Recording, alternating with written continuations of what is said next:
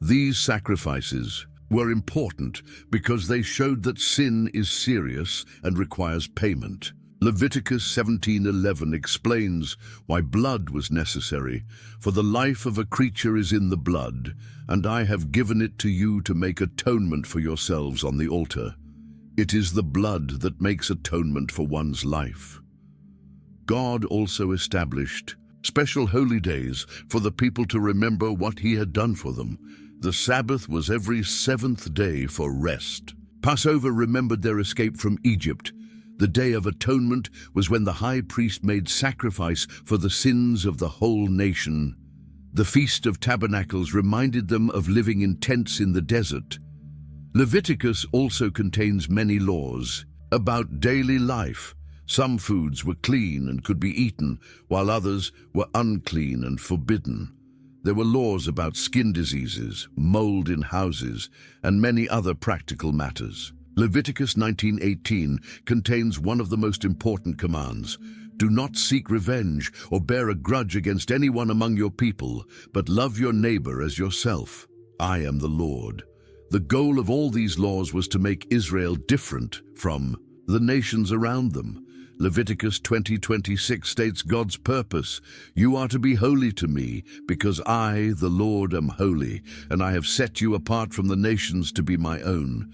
The book of Numbers gets its name from two censuses God commanded Moses to take of the Israelites. The first census was taken soon after they left Mount Sinai. Numbers 1.2-3 records God's instructions. Take a census of the whole Israelite community by their clans and families, listing every man by name, one by one. You and Aaron are to count. According to their divisions, all the men in Israel who are 20 years old or more and able to serve in the army. This census counted 603,550 fighting men, which meant the total population was probably over 2 million people. Each tribe was given a specific place to camp around the tabernacle and a specific order for marching when they moved. The tribe of Levi was special because God chose them to take care of the tabernacle instead of fighting in the army. Numbers 3:11-13 explains why.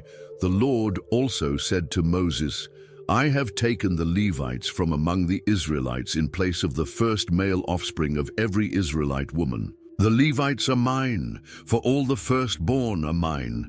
When I struck down all the firstborn in Egypt, I set apart for myself every firstborn in Israel, whether human or animal. They are to be mine. I am the Lord.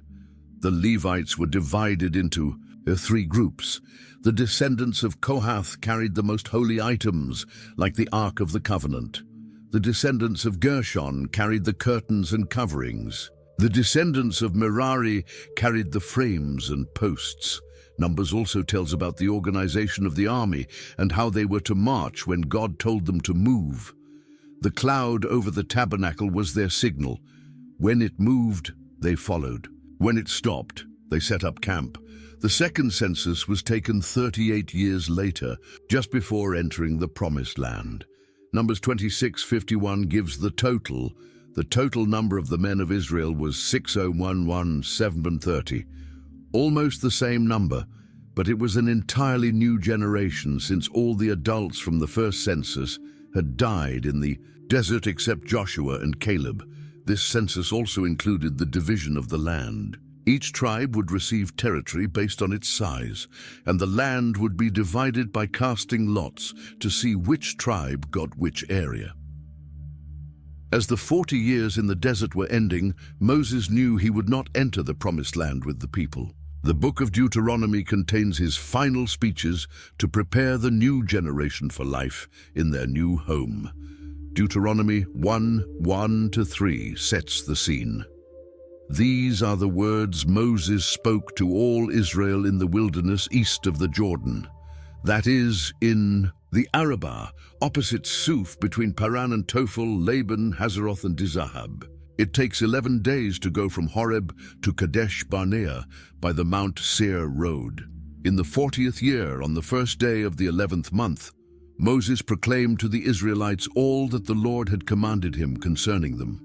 Moses reminded them of everything that had happened since they left Egypt, God's faithfulness, their rebellions, and the lessons they should have learned.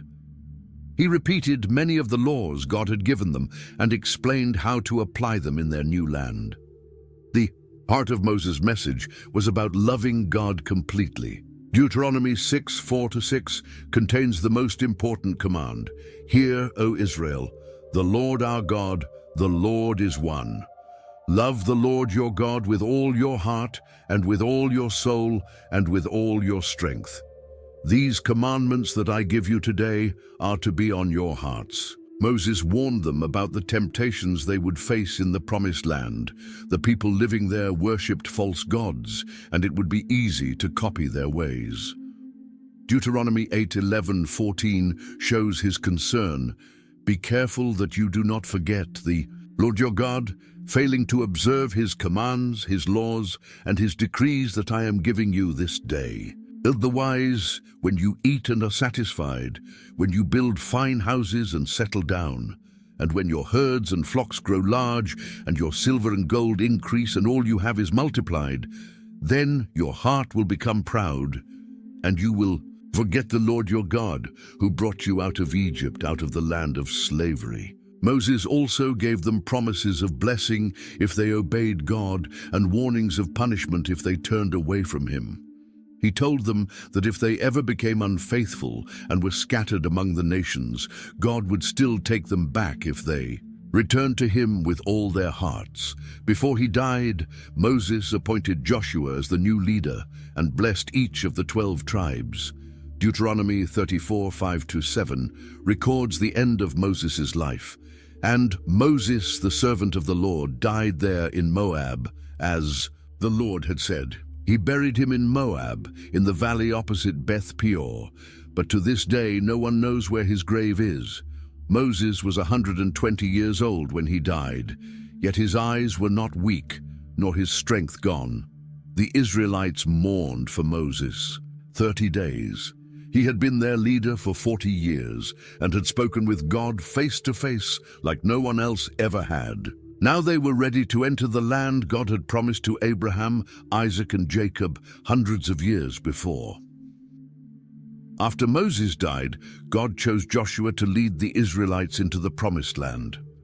Joshua had been Moses' assistant for 40 years and was one of only 2 spies who had trusted God to give them victory. Now it was time for him to step into leadership. Joshua 1:1-3 records God's commission. After the death of Moses, the servant of the Lord said to Joshua, son of Nun, Moses' aide, Moses, my servant, is dead. Now then, you and all these people, get ready to cross the Jordan River into the land I am about to give to them, to the Israelites. I will give you every place where you set your foot, as I promised Moses. God promised to be with Joshua just as he had been with Moses, but Joshua needed to be strong and courageous. The task ahead was enormous, conquering a land filled with fortified cities and powerful armies. But God assured him that no one would be able to stand against him as long as he obeyed God's laws. Joshua immediately began preparing the people for the crossing. He sent officers throughout the camp with instructions. Joshua 1:10-11 shows his orders. So Joshua ordered the officers of the people, go through the camp and tell the people, get your provisions ready. 3 days from now, you will cross the Jordan here to go in and take possession of the land the Lord your God is giving you for your own. Before crossing the river, Joshua secretly sent 2 spies to explore Jericho, the first city they would need to conquer.